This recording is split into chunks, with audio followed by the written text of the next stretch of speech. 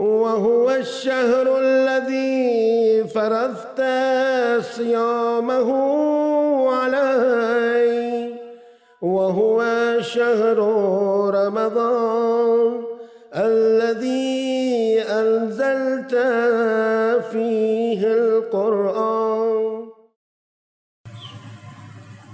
لا حول ولا قوة إلا بالله العلي العظيم. حسبنا الله ونعم الوكيل، نعم المولى ونعم النصير. أعوذ بالله من الشيطان اللعين الرجيم.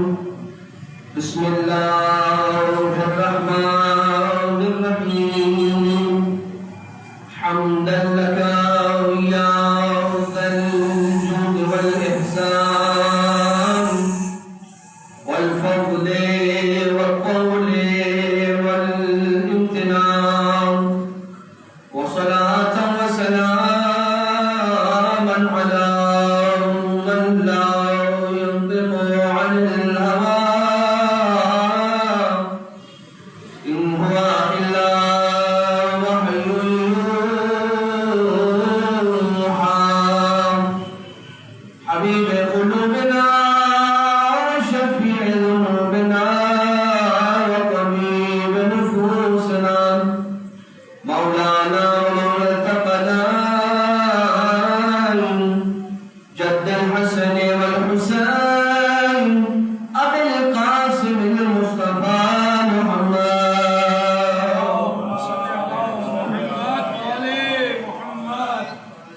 وعلى آله الذين أذهب الله عنهم الرجس وطهرهم تطهيرا.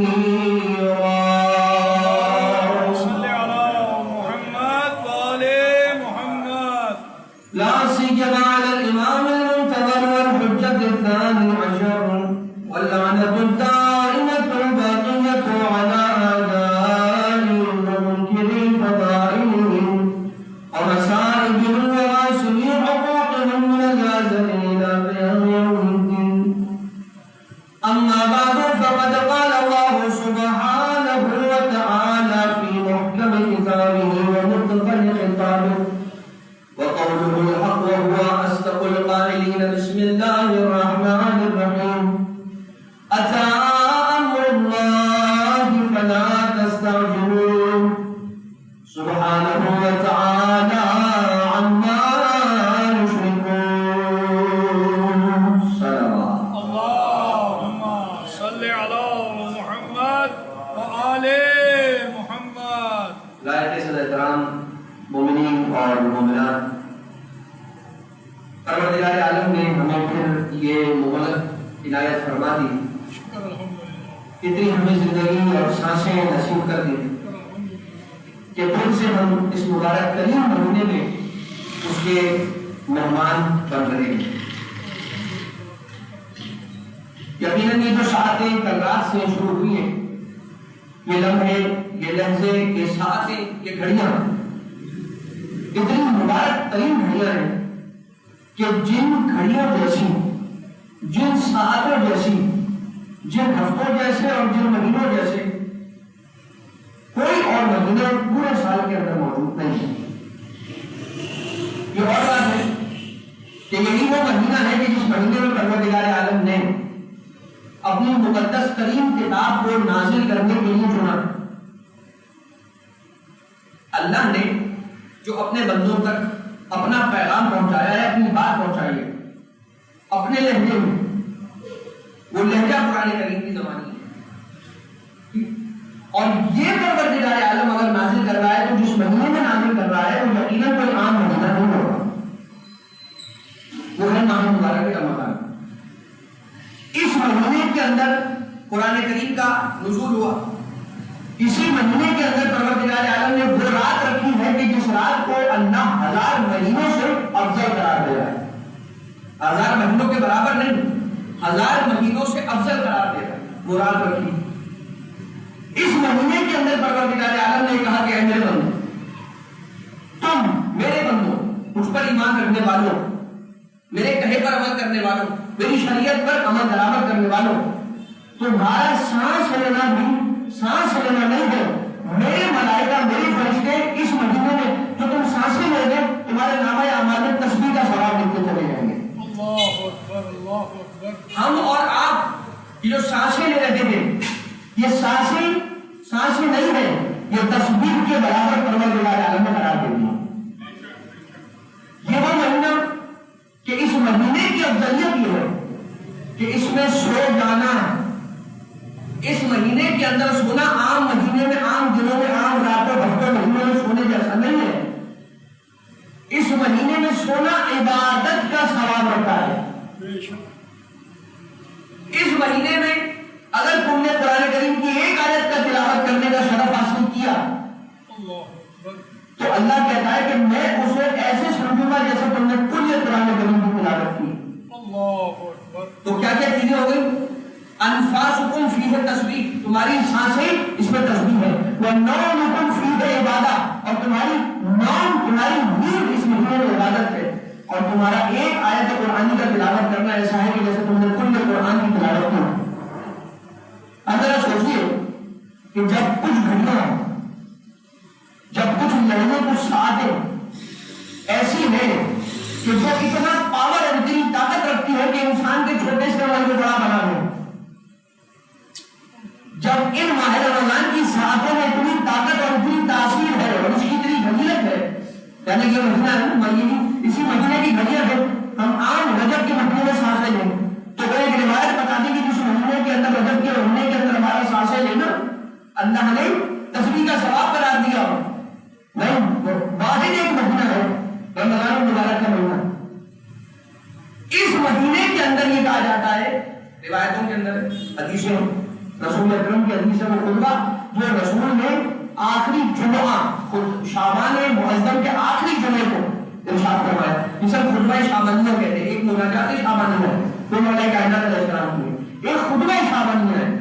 وہ خطبہ شعبانیہ رسول کا خطبہ ہے، آخری جمعہ شعبان کا جو تھا اس میں رسول نے خطبہ دیا، اس میں یہی فرمایا ہے تمہاری نیندیں عبادت ہے، تمہاری سانسیں تسبیح ہے، اور ایک آیت کی تلاوت کرنا ایسا کہ جیسے کل قرآن کی تلاوت کی، تو یہ مہینہ اتنا مبارک ہو رہا ہے کہ ہمارے چھوٹے سے عمل کو بڑا کر رہا ہے۔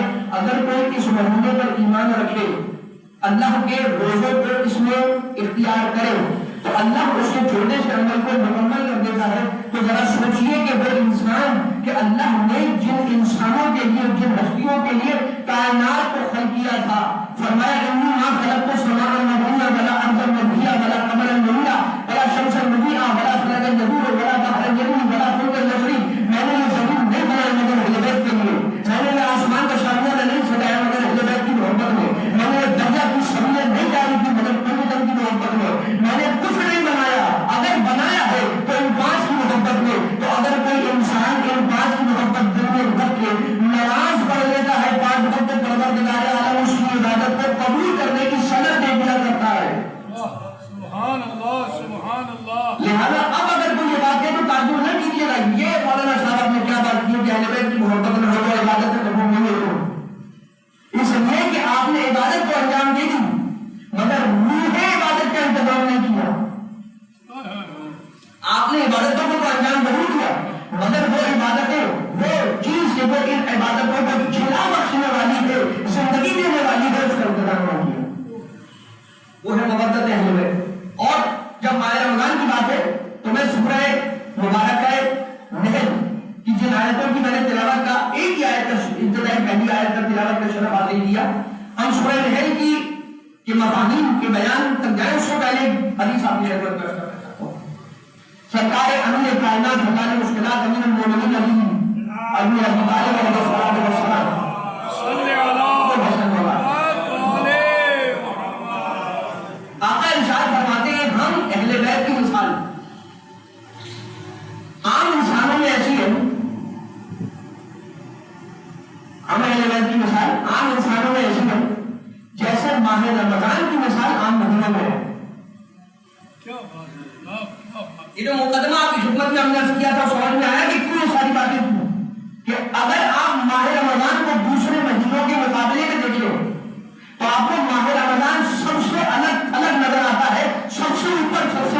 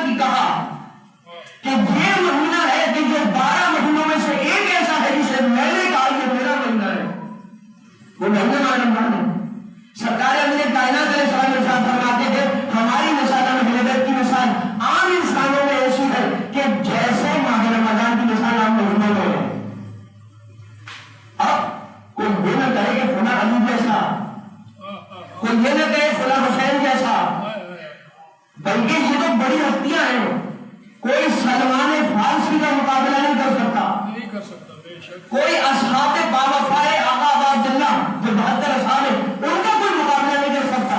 اس لیے کہ سرکار ابا عبداللہ علیہ السلام فرمایا چکے ہیں کہ جیسے اصحاب مجھے ملے ویسے نہ میرے بابا علی مرتضیٰ کو ملے نہ میرے نانا رسول خدا کو ملے.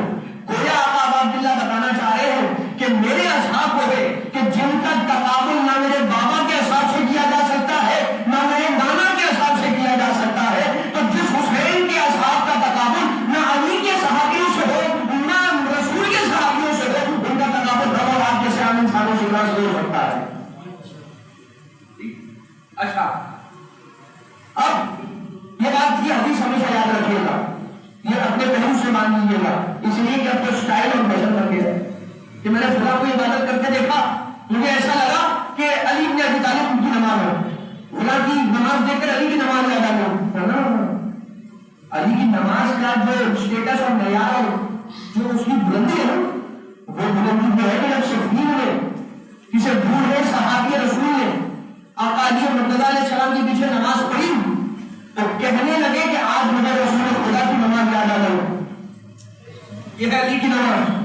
تو جو اپنی نماز کو رسول اللہ کی نماز کے تقابل میں مقابلے پر لا کر کھڑا کر سکتا ہے وہ کہے گا جو کھڑا ہے خدا کی نماز رسول. بس بات کو سمجھ. ایک حدیث یہ ماہ رمضان کے اعتبار سے بھی ہم نے بیان کیا کہ آپ کی خدمت میں عرض کر دیا ہے. ماہ رمضان میں تلاوت قرآن کا بہت زیادہ ثواب ہے. جتنا ممکن ہو سکے قرآن کریم کی تلاوت پر توجہ دیں. نہیں ہے کرنا شروع کیجیے, روز ایک پیج پڑھیے, ایک پیج صرف ایک صفحہ پڑھیے, کوئی زیادہ پڑھنے کا نہیں ہے.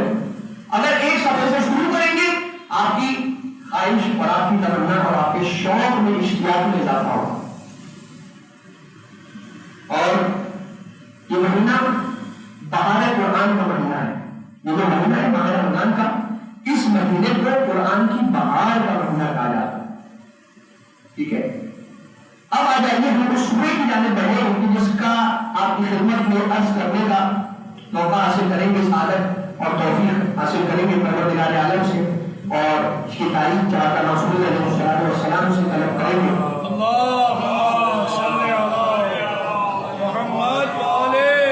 قرآن کریم کا 16ویں نمبر کا سورہ سورہ النحل, نون ہا اور لام, سورۃ النحل. اب تفسیر کرنا تو امام معصوم کا کام ہے. ہم یہ کر سکتے ہیں کہ آپ کی خدمت میں اس میں کچھ مفاہیم جو روایتوں میں آئے ہیں وہ آپ کی خدمت میں.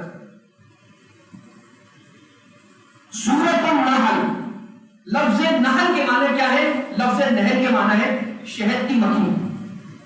نہل کہتے ہیں شہد کی مکھی. اور اس سورے کو شہد کی مکھی کے نام پر کیوں رکھا گیا ہے؟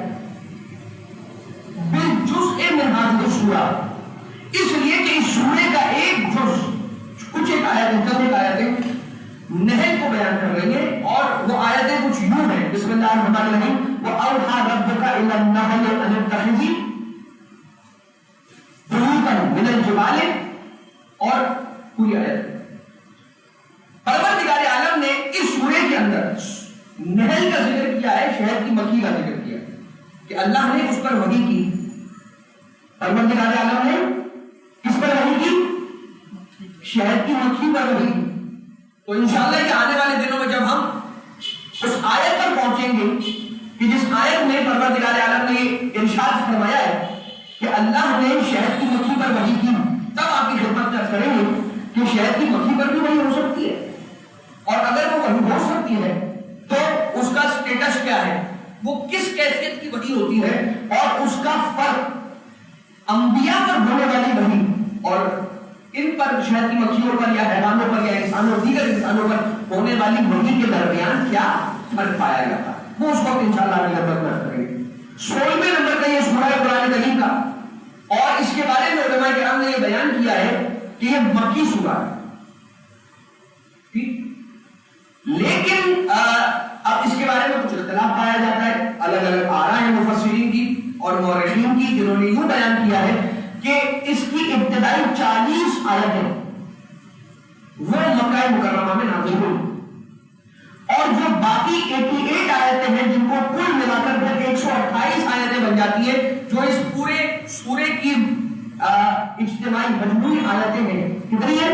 128 آیات. سورہ نحل 128 آیات پر مشتمل یہ سورہ ہے، اور ان میں سے 40 آیتیں مکہ مکرمہ میں نازل ہوئی اور باقی 88 آیتیں علامہ سید محمد حسین طباطبائی اللہ مقامر صاحب تفسیر المنان انہوں نے لکھا کہ اس کی باقی جو 88 آیتیں ہیں آخری کی، اس کا لہجہ مدنی سوروں جیسا اور مدنی آیتوں جیسا لہجہ ہے. اور دیگر اور بھی علماء کرام ہیں، تفسیر القرطبی کے اندر لکھا ہے، ملا فیض کاشانی نے اپنی تفسیر میں لکھا ہے، صافی کے اندر موجود ہے اور دوسری تفسیروں کے اندر موجود اسی طرح سے ہے. زیادہ تر علماء کرام نے یہ کہا ہے، ورنہ کچھ علماء ایسے جنہوں نے کہا پورا سورہ مکی ہے، کچھ نے کہا پورا سورہ مدنی ہے، اور کئی پر اس طرح سے ہے کہ 88 میں کوئی اور چند کم آیتیں یعنی 88 اور 40 کا ریشو نہیں ہے، بلکہ 40 سے کچھ کم زیادہ یا 88 سے کچھ کم زیادہ. اب یہ مختلف آ رہا ہے، اس پر ہم جائیں گے تو یہ تھکا دینے والی ایک گفتگو ہے کہ جس کا بیان کرنا اس وقت ہمارے ٹاپک سے ریلیونٹ نہیں ہے. سورہ نحل کی تلاوت کا ثواب کیا ہے وہ آپ کی خدمت میں عرض کروں ولایتوں کی روشنی. جو شخص حضرت امام محمد باقر علیہ السلام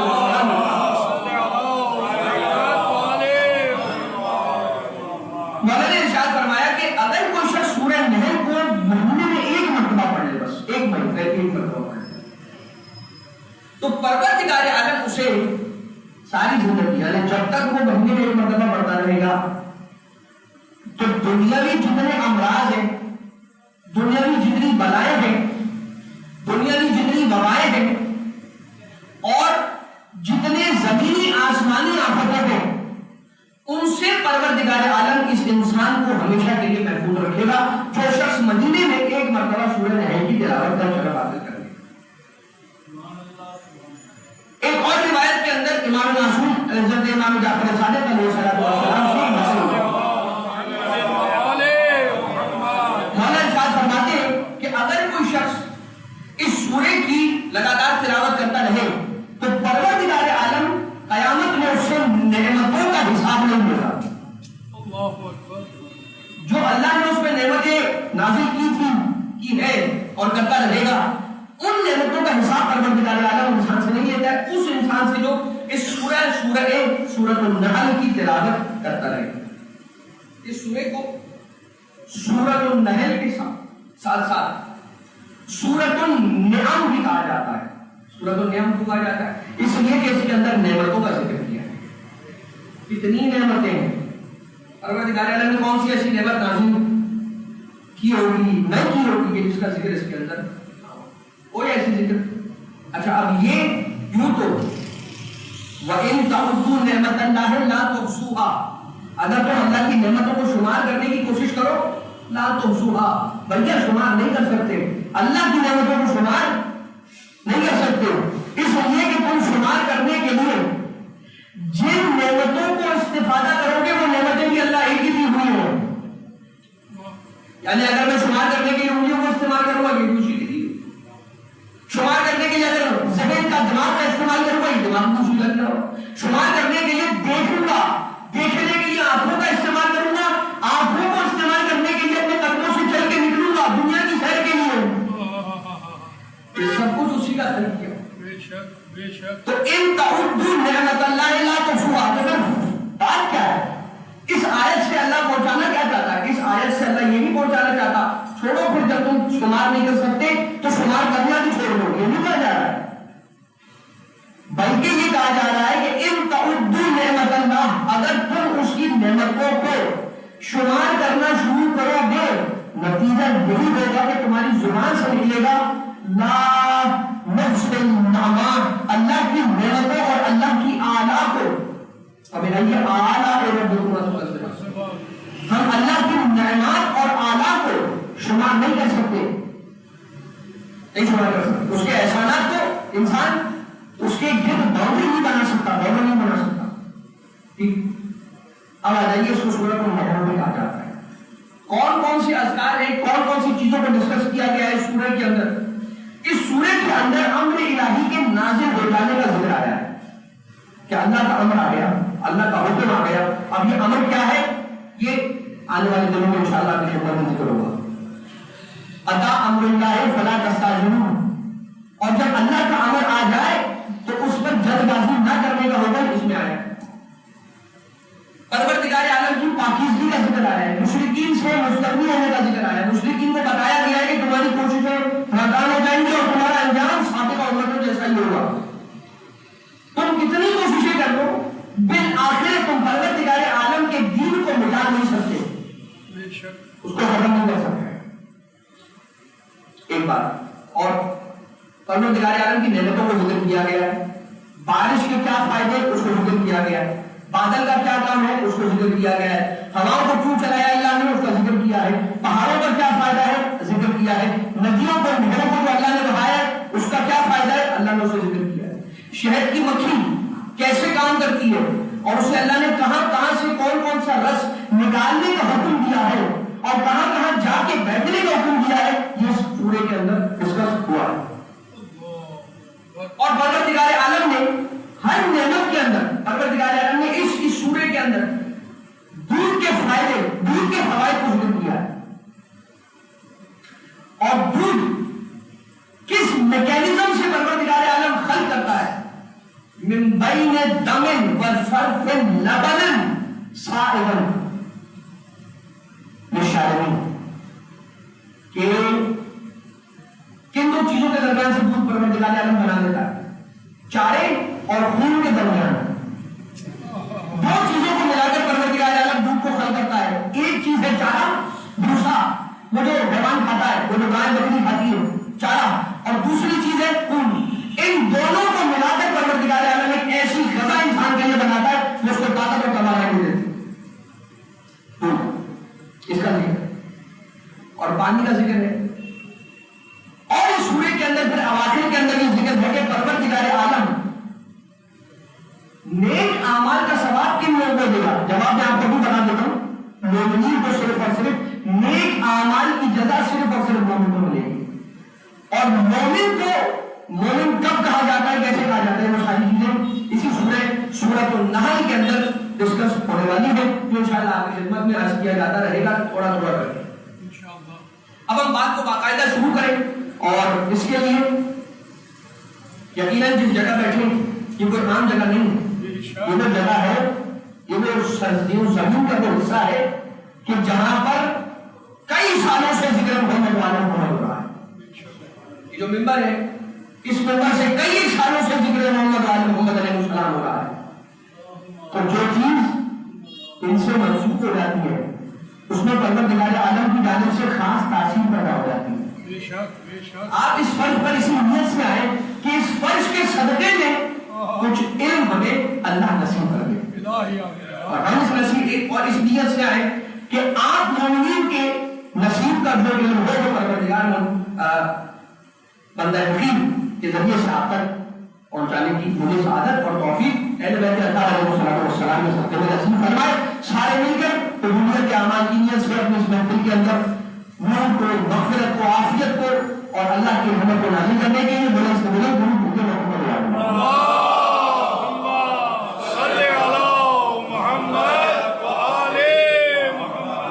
بسم اللہ الرحمن الرحیم.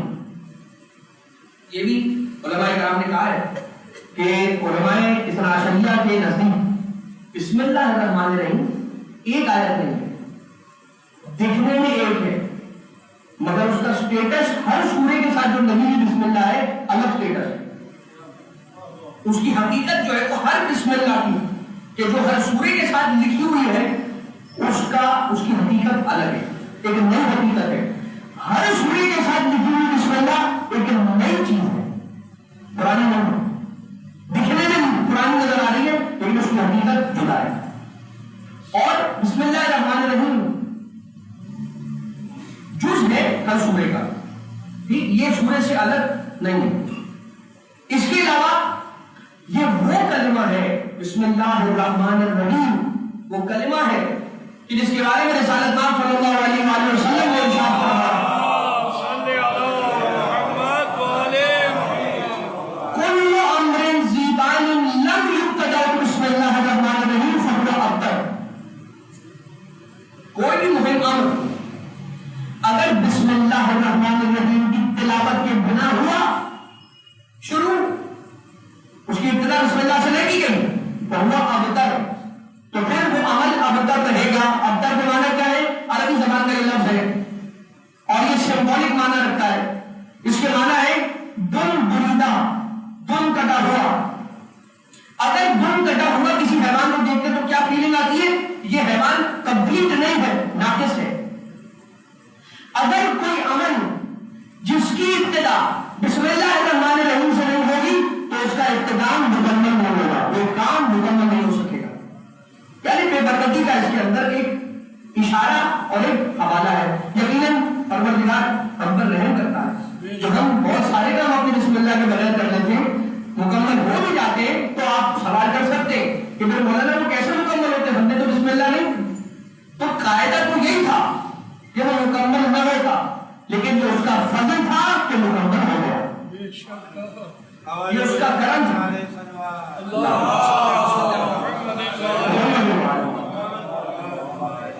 اور میں یہ کہا جاتا کہ اچھا اپنا نام نہ لیا تو اللہ نے ہم پہ فوراً عذاب کر دیا ہے۔ بسم اللہ الرحمن الرحیم نہیں پڑھا تو اللہ نے کہا چلو اب تو اس کو صحیح سے کھینچائی کریں گے، اس کی کہ اس نے میرا نام لیے بنا وہ برگر کھانا شروع کیا تھا کہ پورا برگر کھا ہی نہیں سکا، مرتبہ اس کو چھوڑ دینا پڑا۔ یا مثال کے طور پر بنانا ملک شیک لے لیا، اس نے خرید لیا، اب وہ پورا پی نہیں سکا کیونکہ بسم اللہ نہیں پڑھا۔ نہیں، پروردگار فضل کرنے والا ہے، پروردگار تعظیم ہے، پروردگار کریم ہے، اپنے بندوں پر کرم کرتا ہے۔ ایسے بہت ساری مثالیں ہیں۔ ہم اپنی سواری میں بیٹھتے تو ایک دعا ہے کہ اسے بتایا گیا، اگر اسے پڑھ لے تو کیا ہی بات ہے، چار چاند ہے، اور اگر نہ پڑھ سکے تو اتنا بس انسان کر لے کہ وہ لفظ بسم اللہ الرحمن الرحیم بھی اگر نہ پڑھ سکے تو بس اللہ کو یاد کر لے کہ جیسی نعمت کو دیکھے تو کہ یہ اس نے دی ہے، یہ اس کی بنائی کی نعمت ہے جو میرے ہاتھوں میں جسے میں کھا رہا ہوں، بس اس کے ذہن میں بھی اگر خیال آ جاتا ہے تو بسم اللہ الرحمن الرحیم آیت ہے کیا؟ یہ اتنی قریب ہے اس چیز سے، اسم اعظم سے۔ بسم اللہ الرحمن الرحیم اسم اعظم وہ چابی ہے کہ جس چابی سے کائنات کا ہر تالا کھل جاتا ہے۔ بسم اللہ الرحمن الرحیم وہ مفتاح ہے، وہ ماسٹر کی ہے کہ جس سے کائنات کی ہر چیز میں، زمین میں ہو یا آسمانوں میں، ہر چیز میں انسان کو حق تصرف حاصل ہو سکتا ہے۔ اس میں اعظم البتہ ہمیں دیا نہیں دیا ہے۔ اس میں اعظم کے کتنے حصے ہیں؟ 73 حصے ہیں، ایک اللہ نے اپنے پاس رکھا ہے۔ حضرت آدم علیہ السلام کو پروردگار عالم نے چند اس میں اعظم میں سے کچھ ٹکڑے دیے، اس سے کچھ زیادہ حضرت نوح کو دیے، اس سے کچھ زیادہ حضرت ابراہیم کو دیے، اس سے کچھ زیادہ حضرت موسیٰ کو دیے، اور کچھ زیادہ حضرت عیسیٰ علیہ السلام کو دیے، اور سب سے زیادہ پروردگار عالم نے 72 ایک صرف اپنے پاس رکھا، یعنی 73 کل، اور باقی 72 ایک چھوڑ کر 72 پروردگار عالم نے دے دیے محمد اور اہل بیت محمد علیہ السلام۔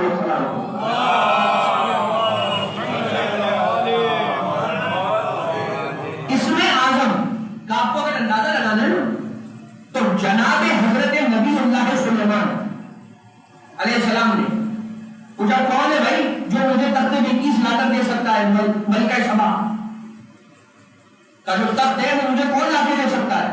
آصف ابن برحیہ نے کہا کہ سب سے تیز، جو سب سے فاسٹ، کم وقت کے اندر جو بتایا جس نے کہ میں لا کے پہنچا سکتا ہوں وہ ہے آصف ابن برحیہ، جانشین حضرت سلیمان۔ جیسے حضرت ہارون حضرت موسیٰ کے لیے، ویسے آصف ابن برحیہ جناب سلیمان کے لیے۔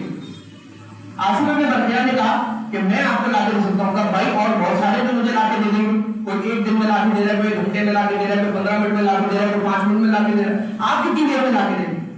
کہا کہ پلک جھپکنے سے پہلے تخت بلقیس سے بنا ہوا ملک سبا سے، کہا کہ لا کے پہنچا دو۔ قرآن کریم کے اندر لکھا ہے کانا عندہ علم من الکتاب، اور آصف ابن برحیہ کے پاس علم من الکتاب، کتاب میں سے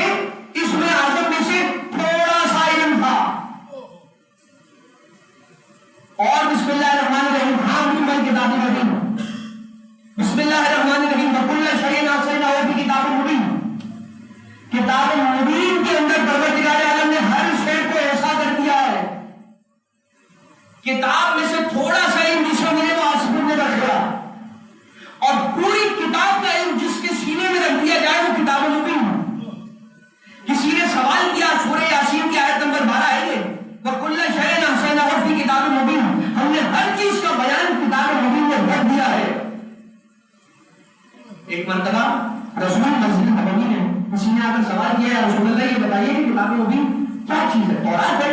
رسول نے فرمایا نہیں. اور کہا کہ رسول نے پھر اسے اگنور کیا. تھوڑی دیر بعد پھر آیا کچھ اور, اس کا دل مچلنے لگا, بےقراری سی ہوئی, تشفی تسلی نہیں ہوئی. فوراً آ کے پوچھا یہ بتائیے کتاب مبین کون ہے, کیا ہے؟ زبور ہے. رسول نے فرمایا نہیں, زبور بھی نہیں ہے. اور پھر وہ وہاں سے چلا گیا. تھوڑی دیر بعد پھر آیا, رسول اللہ کیا انجیل ہے؟ رسول نے فرمایا نہیں, چلا گیا. تھوڑی دیر بعد آیا, کیا قرآن ہے کتاب مبین؟ فرمایا نہیں. اب بار بار رسول کو آ کے پوچھ رہا. رسول کی توجہات جہاں کہیں پر بھی ہے انہیں توڑ کر اپنی جانب محفوظ کرتا ہے, سوال کرتا ہے, رسول سے جواب نہ ملتا ہے, وہ واپس چلا جائے. کچھ دیر گزری, مسجد نبوی میں ایک شخصیت داخل ہوئی. اب اسے پوچھنا نہیں پڑا, رسول اللہ نے خود اسے اپنے پاس بلایا, ذرا تم ادھر آنا. ابھی تھوڑی دیر پہلے کوئی سوال کر رہے تھے, پھر سے دوہرانا.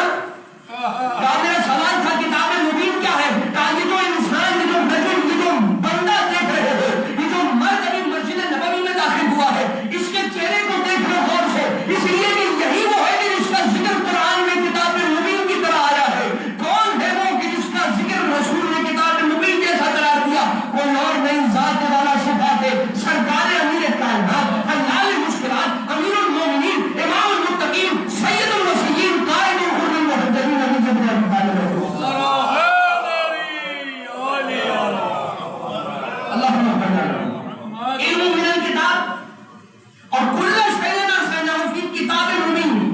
کتاب مبین کون ہے؟ امام مبین. امام مبین کون ہے؟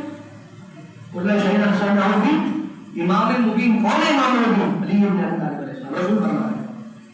تو پروردگار عالم بسم اللہ الرحمن الرحیم. اب ذرا دیکھیے گا, اس میں اعظم کی چھوٹے سے ٹکڑے کا ٹکڑا اگر آصف ابن برقیہ کے پاس ہو تو تخت بلقیس کو ملک سبا سے لا کر ایک پلک جھپکتے ساتھ لا کر رکھا. اور جن کے پاس 72 اسماء الہی, اسماء اعظم پورے کے پورے ہو, وہ چاہتے تو کیا کچھ کر سکتے تھے مگر نہ کیا. نانے جبی کھا کے گزارا کیا. اس جو کی روٹی کو اپنے ٹکڑوں سے توڑ کر علی ابن ابی طالب علیہ السلام کھاتے تھے, اشرفیوں کی تھیلی میں بند کر کے اس پر اپنی مہر لگا کے تالا کرتے تھے کہ کہیں بیٹیاں علی ابن ابی طالب علیہ السلام کی نادری اور ناتوانی پر رحم کھاتے ہوئے, ترس کھاتے ہوئے ان پر تیل گھی نہ لگا کہ وہ نرم نہ ہو. تو بسم اللہ الرحمن الرحیم اتنی قریب شے ہے, کس سے قریب ترین شے ہے؟ اس میں اعظم الہی سے, اس میں اعظم سے جو سب سے قریب ہے. اچھا روایتوں میں کیا اس کی تعبیر بیان کی کتنا قریب ہے بسم اللہ الرحمن الرحیم اس میں اعظم سے؟ جیسے یہ جو آنکھ کے اندر جو پیپل ہوتا ہے, یہ جو آنکھ کا کالا حصہ سفید حصے کے جتنا قریب ہوتا ہے, اتنا ہی قریب ذکر بسم اللہ الرحمن الرحیم اس میں اعظم الہی سے. اب آ جائیے آتا امر اللہ فلا تستعجلوا. پہلی آیت بسم اللہ کے بعد سورۃ النحل کی اللہ کا امر آ گیا, فلا تستعجلوا, اب زیادہ جلد بازی مت مچاؤ. اللہ کا امر, اس کا حکم. اگر امر کے معنی ہم حکم کے لیتے تھے, کل انشاءاللہ آپ کی خدمت میں امر کی اور وحی کے بارے میں ذکر کچھ آئے گا. اللہ کا امر آ گیا, فلا تستعجلوا, جلد بازی مت کرو, جلدی مت مچاؤ. کون مچا رہا ہے جلدی؟ تعلیم بیان کرتی ہے کہ رسول اللہ نے جب لوگوں کو عذاب الہی کی نذیر دینا شروع کی, 40 سال کی عمر مبارک کے رسول کی, اعلان ہوا لا الہ الا اللہ کا. اس کے بعد پھر رسول نے کہا کہ اب اگر کوئی نہیں مان تو پھر اس پر عذاب الہی نازل ہوگا. اور رسول اللہ بار بار جب عذاب الہی کا ذکر کر رہے تھے تو کافروں نے, مشرکوں نے ایک مرتبہ آگے رسول کو کہا کہ یا رسول اللہ, یا محمد صلی اللہ علیہ وسلم, آپ جس عذاب کا ذکر کر رہے ہیں, اچھا دل میں کیا تھا ان کے؟ انہیں یقین نہیں تھا کہ جو رسول فرما رہے تھے نا کہ تم اگر اس لا الہ الا اللہ کو نہیں مانو گے تو عذاب آ جائے گا اللہ. ان لوگوں کی اعتقاد, ان لوگوں کا اعتقاد اور ان کا ایمان کمزور, انہیں یقین نہیں تھا. وہ سمجھتے تھے نعوذ باللہ من ذالک رسول اللہ بس ایسے ہی کہہ رہے ہیں. اور ایک مرتبہ رسول کے پاس آئے اور کہنے لگے یا محمد جو آپ کہتے ہیں تو ذرا اب وہ عذاب منگوا لیجیے ہم بھی اپنی آنکھوں سے دیکھیں کہ یہ عذاب کیسا ہوتا ہے. اچھا یہ بات ہم آپ کی خدمت میں عرض کریں, جب بھی کبھی پرانی امتوں میں, چاہے وہ حضرت ہود علیہ السلام کی امت ہو قوم عاد, چاہے حضرت صالح علیہ السلام کی امت ہو قوم سمود, یا اور دیگر امتیں ہوں, ان لوگوں نے اگر کبھی آ کے ایسا دعویٰ کیا ہے نا تو فوراً عذاب آیا ہے. اس دعوے کے بعد اگر وہ نہیں آیا تو اس کی وجہ صرف اور صرف رحمت للعالمین تھے. بے شک بے شک. ورنہ جب انسان خود کہہ رہا ہے آنے تو آنے دو, مگر عذاب ہوتا. ایک ایسی جگہ تھی کہ جہاں پر یہ عذاب نہیں نہیں, اگر وہ ایسی جگہ ہے کہ جہاں پر یہ عذاب نہ رکے تو ذرا سوچیے کہ وہ کتنی بڑی جگہ اور کتنا بڑا موقع ہوگا کہ جہاں پر رسول رحمت بھی اس عذاب کو روک نہیں. کہاں؟ غدیر کے میدان میں. میدان غدیر میں جب رسول اللہ نے ولایت علی بن ابی طالب علیہ السلام کیا تو اس کے بعد حارث بن نعمان قریب مرحوم نے یہ کہا کہ اگر یہ آپ اپنی جانب سے نہیں کر رہے اور اللہ کی جانب سے کر رہے تو ٹھیک, ورنہ اسی وقت اللہ نازل ہو جائے. اور اس کا دعویٰ یہ تھا کہ رسول اللہ رسول اپنے دل سے اپنے تجلات بھائی علی کو لوگوں کے درمیان وسیع اور جانشین بنا کر ڈالا چاہتا, اور یہ کہنا تھا کہ آسمان سے پتھر نازل ہوا اور حارث بن نعمان قریب کو کاٹ کے دوبارہ کر دیا, 2 حصوں کے اندر وہ بڑھ گیا. کس چیز کے ذریعے سے اللہ نے علی کے دشمن کا انتقام لیا؟ ایک چھوٹے سے کنکر کے پتھر کے ذریعے سے. یہ اللہ کا طریقہ نیا نہیں تھا. کل کچھ کفار نے کعبے پہ حملہ کیا تھا اور اللہ نے جس ہتھیار کے ذریعے سے کعبے کی حفاظت فرمائی تھی آج اسی ہتھیار کے ذریعے سے موجود کعبہ کی حفاظت فرمائی ہے.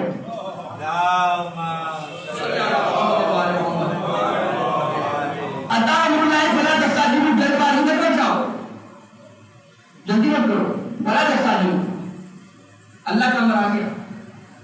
رسول جب ان کو بتاتے تھے تو یہ یقین نہیں کرتے تو سب سے پہلے یہ آیت نازل نہیں ہوئی ہے, اس سے پہلے 2 اور آیت نازل ہوئی. اقتربت الساعۃ وانشق القمر, قیامت نزدیک آ گئی اور چاند 2 ٹکڑے ہو گیا. جیسے ہی جملے سنائے نا لوگوں نے, کافروں نے, اقتربت الساعۃ, ساعت کسے کہتے ہیں؟ قیامت کو. اقتربت کہتے ہیں قریب ہو گئی. تو اقتربت الساعۃ, جیسے سنا اقتربت الساعۃ اور وانشق القمر اور چاند 2 ٹکڑے ہو گئے, رسول نے معجزہ دکھلایا. تو جیسے چاند کو 2 ٹکڑے ہونے کے بعد یہ آیت سنی نا تو چاند 2 ٹکڑے ہو گیا اور قیامت نزدیک ہو گئی. جیسے لوگوں نے یہ سنا کہ قیامت نزدیک ہو گئی تو بہت سارے کفار ڈر گئے اور کہنے لگے بھائی اپنی حرکتیں چھوڑ دو. ایک کافر دوسرے کافر کو سمجھا رہا ہے کہ یہ جو ہم کر رہے ہیں نا محمد مصطفیٰ کے ساتھ نہ کرو, اس لیے کہ دیکھو دیکھو آواز آ رہی ہے قیامت قریب ہو گئی. جب قیامت قریب ہو گئی کہ جملہ سنا, کچھ دن کے لیے ان کے دل میں خوف رہا.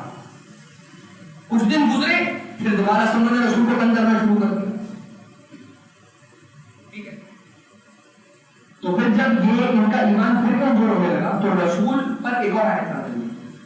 اقترب للناس حسابهم, اللہ کی جانب سے حساب کا جو وقت ہے وہ انسانوں کے اور قریب ہو گیا. عنقریب ان کا حساب لیا جانے والا کیونکہ حساب کا وقت قریب ہو گیا. جیسے انہوں نے یہ آیت سنی پھر ایک مرتبہ میں چونکے, پھر ڈر گئے. اب درد پھر تازہ ہو گیا, مگر کتنے دن تک رہا اس کا اثر؟ تھوڑے دن تک. مگر پھر رسول کو نعوذ باللہ من ذالک رسول کی تکذیب کرنے لگے زور و شور کے ساتھ. اور جیسے ان کی اس آیت کی دہشت کم ہونے لگی تو اب پروردگار عالم نے, یہ پہلی آیت شان نزول آپ کی خدمت پیش کر رہا ہوں, اب پروردگار عالم نے یہ آیت قرآن نازل کی سورۃ النحل کی آیت نمبر 1 اتا امر اللہ, بسم اللہ الرحمن الرحیم, اتا امر اللہ فلا تستعجلوا. اب اتا امر اللہ, جیسے ہی میں سنا اتا امر اللہ تو ہم لوگ بائیں بائیں دیکھنے لگے کہ ہم جلدی سے دیکھیں قیامت لیفٹ سائڈ سے آ رہی ہے یا رائٹ سائڈ سے آ رہی ہے. عطا امر اللہ, اللہ کا امر آ گیا. اب ان کو سمجھانا نہیں پڑا کہ امر کسے کہتے ہیں. کافر ہیں مگر جانتے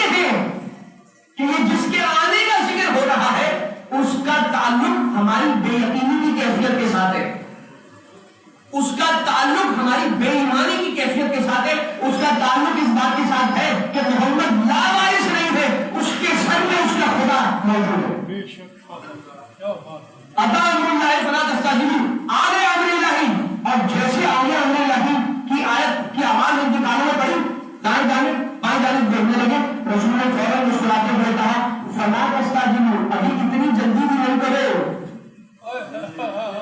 یعنی جیسے انہوں نے اطاع امر اللہ سنا، دائیں بائیں جانب دیکھنے لگے، یعنی کہ اللہ کو عذاب دینے کی جلدی نہیں ہے، ان کو عذاب حاصل کرنے کی بہت جلدی ہے. کہا کہ دائیں بائیں جانب کیا دیکھ رہے ہو، میں تو اب بھی کرم کرنے کے لیے تیار ہوں، تم صحیح راستے پہ آنے کے لیے تیار ہو جاؤ. فلا تستعجلوا، جلدی مت کرو، نہ مچاؤ جلدی.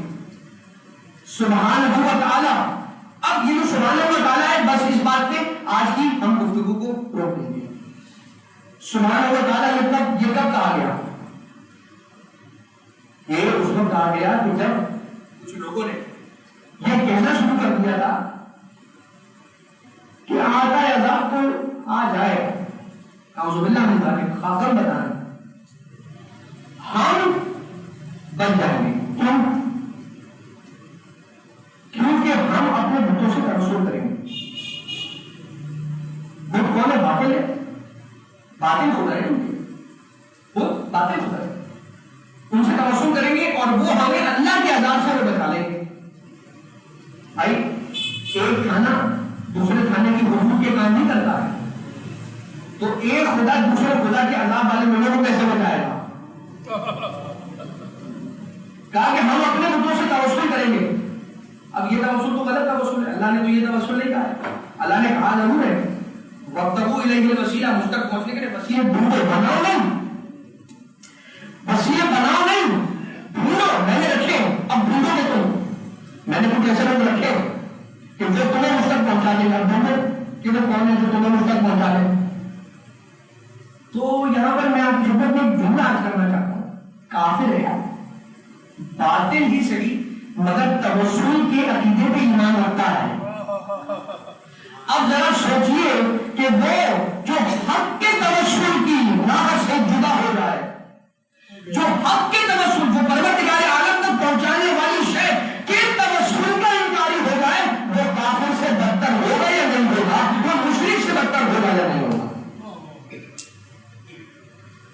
اللہ تعالیٰ سبحانہ و تعالیٰ عما یشرکون، پروردگار عالم کا کہتا ہے تم کو جس سے توسل اختیار کرنا ہے کرو، سبحانہ و تعالیٰ عما یشرکون. یاد رکھنا اللہ پاک و پاکیزہ ہے ان لوگوں سے کہ وہ شرک کرنے والے ہیں. بس محترم بات یہاں پر آج کی حد تک اختتام کی ضرورت ہے. ہمارا روزے رکھنے ہیں اور دن کی گرمی میں کسب معاش کے لیے نکلنا ہوتا ہے، اپنے بال بچوں کا پیٹ پالنے کے لیے.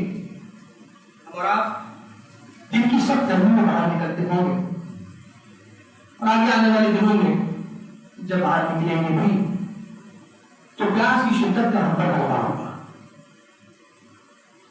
یقیناً ماہ رمضان وہ مہینہ ہے کہ جس میں انسان پیاسوں کی پیاس کو یاد کرے، بھوکوں کی بھوک کو یاد رکھے، ناداروں کی ناداری کا احساس کرے، اپنے پڑوسیوں کا خیال کرے اور نادان اور مستحق مومنین کی کفالت کا انسان جتنا کر سکے کرے. لیکن جب پیاسوں کا ذکر آتا ہے نا عزیزوں، دنیا کا بہت بڑا پیاسا، دنیا کا کئی دنوں کا بھوکا نہیں ہوگا نا، اس کو جا کر اگر پوچھیں گے کہ تمہیں بھوک لگی ہے تو بھوکا تو ہوں، تو پھر کہا کیسے تمہیں ڈھارس اور سہارا کیسے ملتا ہے؟ کہا میں اپنے غریب آقا حسین کی بھوک کو یاد کرتا ہوں. ارے تم پیاسے ہو تو بتاؤ تمہیں تمہاری پیاس سے سکون اور ڈھارس اور سکون کیسے ملتا ہے، تمہیں دلاسا کیسے ملتا ہے؟ کہا میں اپنے آقا مظلوم غریب افشان حسین ابن علی علیہ السلام پہ رکھتا ہوں. اور یہ صرف ہمارے رات کی بات نہیں، سرکار ابن نسا محمد جواد علیہ السلام کو ظاہر کیا گیا آپ کا جسم نازمہ زہر کی شدت سے پہلے پیلا ہوا، پھر آپ کا جسم مبارک ہرا رنگ کا ہوا اور اس کے بعد آپ کا جسم مبارک نیلا ہونے لگا یا سیاہ ہونے لگا. مگر پیاس کی اتنی شدت تھی ام الفضل کے جس کا نام لکھا ہے آپ کی زوجہ ہے مگر نافرمان زوجہ ہے زہر آپ کی پانی کی سلاحی میں ڈال کر اپنے حجرے سے باہر گئی اور مولا کے حجرے کا دروازے سے تالا لگا اور باہر دربار میں جا کے رقص کرنے لگی. آقا کے غلام نے آقا کے حجرے کے جس کو باہر سے تالا لگا ہوا تھا اور مولا کے اندر جگر کی تکلیف کی وجہ سے پیاس کی شدت محسوس ہو رہی تھی. ایک مرتبہ اس غلام نے مولا کی آواز کو کمرے کے اندر سے یوں سنا کہ مولا بتاتے ہیں اللہ کاش ارے پیاس مجھے جاتے کر ارے پیاس مجھے مار دے گی. ارے یہ کون ہے؟ یہ رضا کا وہ بیٹا ہے. یہ تقیہ جواد وہ مولا ہے کہ جس نے یتیموں کے سر پر ایسے ہاتھ رکھا. آج خود پیاسا ہے.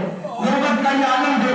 دروازے کے تالے کو غلام نے توڑا, دروازے کو کھولا, فوراً سے پانی کا کوزہ لے جا کر اپنے مولا کی خدمت میں پیش کیا. مولا نے پانی کو پی کر کچھ سکون محسوس کیا. ارے غلام مولا کے قدم مبارک کی جانب کرو.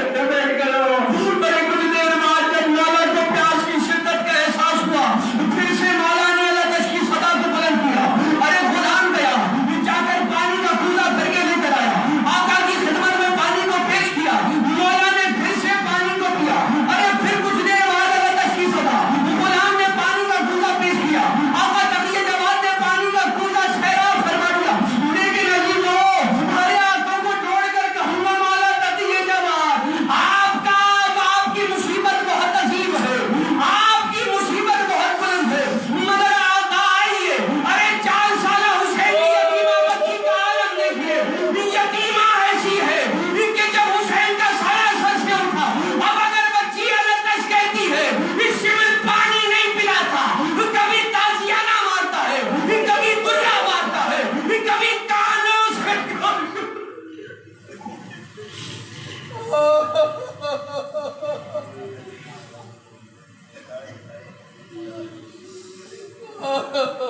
ولعنة الله على القوم الظالمين. وسيعلم الذين ظلموا آل محمد أي منقلب ينقلبون. پروردگار تجھے واسطہ محمد والے محمد کا ہماری اس عبادت کو اپنی بارگاہ سے مقبول و منظور فرما. باری اللہ تجھے واسطہ محمد والے محمد کا اس فرش ادا پر تشریف لانے والے مومنین اور مومنات تمام حاجات شرعیہ کو روا فرما. باری اللہ تجھے واسطہ محمد والے محمد کا جتنے مومنین اور مومنات اس فرش ادا پر مرادیں لے کر حاجتیں لے کر آئے ہیں تمام کی مشکلات کو حل کرنا, تمام کے رزق و روزگار میں خیر و عافیت و برکت و وسعت عنایت فرما. پروردگار زمینی آسمانی آفتوں سے ہم سب کو محفوظ فرما. پروردگار صاحب الامر والعصر والزمان علیہ السلام کی ظہور میں تاجیل فرما. ہمارے مرحومین کی قبروں پر آقا و مولا کے صدقے میں اپنی رحمتوں کی بارش نازل فرما. ہمارے دلوں میں نور ایمان مودت اہل بیت چاہو فرما. ربنا تقبل منا انك انت السميع العليم بجاه محمد وآله الطيبين